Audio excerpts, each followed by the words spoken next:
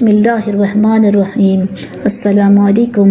ہمارے چینل سیرت النبی میں آپ سب کا ویلکم کرتے ہیں۔ آپ سب سے گزارش ہے کہ ہمارے چینل سیرت النبی کو سپورٹ کیجیے اور زیادہ سے زیادہ اس ویڈیو کو امت مسلمہ تک پہنچائیے۔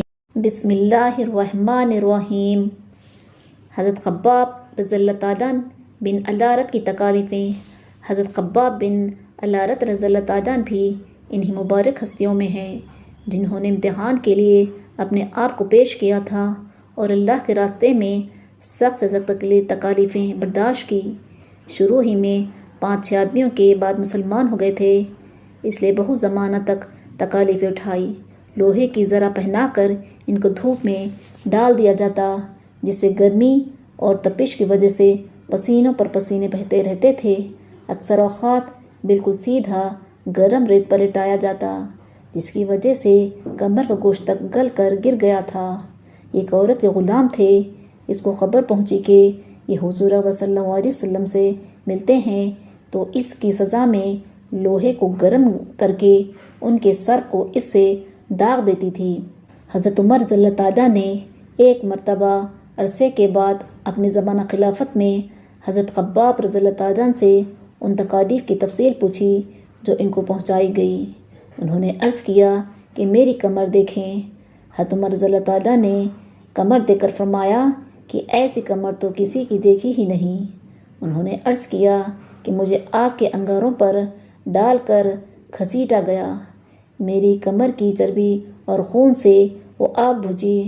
ان حالات کے باوجود جب اسلام کو ترقی ہوئی اور فتوحات کا دروازہ کھلا تو اس پر رویا کرتے تھے کہ خدا نخواستہ ہماری تکالیف کا بدلہ کہیں دنیا ہی میں تو نہیں مل گیا۔ حضرت خباب رضی اللہ تعالیٰ کہتے ہیں کہ ایک مرتبہ حضور صلی اللہ علیہ وسلم نے خلافت عادت بہت ہی لمبی نماز پڑھی۔ صحابہ رضی اللہ تعالیٰ نے اس کے متعلق عرض کیا تو حضور صلی اللہ علیہ وسلم نے ارشاد فرمایا کہ یہ رغبت اور ڈر کی نماز تھی۔ میں نے اللہ تعالیٰ سے 3 دعائیں کی تھی، 2 ان میں سے قبول ہوئی اور ایک کو انکار فرما دیا۔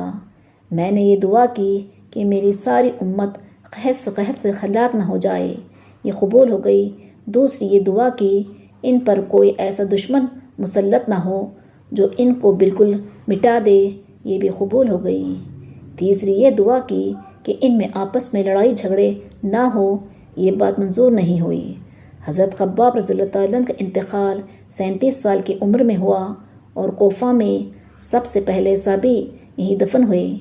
ان کے انتقال کے بعد حضرت علی کرم اللہ وجہہ کا گزر ان کی قبر پر ہوا تو ارشاد فرمایا، اللہ خباب رضی اللہ تعالیٰ پر رحم فرمائے۔ اپنی رغبت سے مسلمان ہوا اور خوشی سے ہجرت کی اور جہاد میں زندگی گزاری اور مصیبتیں برداشت کی۔ مبارک ہے وہ شخص جو قیامت کو یاد رکھے اور حساب کتاب کی تیاری کرے اور گزارہ کے قابل مال پر قناعت کرے اور اپنے مولا کو راضی کر لے۔ فائدہ: حقیقت میں مولا کو راضی کر لینا انہی لوگوں کا حصہ تھا کہ ان کی زندگی کا ہر کام مولا ہی کی رضا کے واسطے تھا۔ اس ویڈیو کو لائک شیئر کریے اور سبسکرائب کریے۔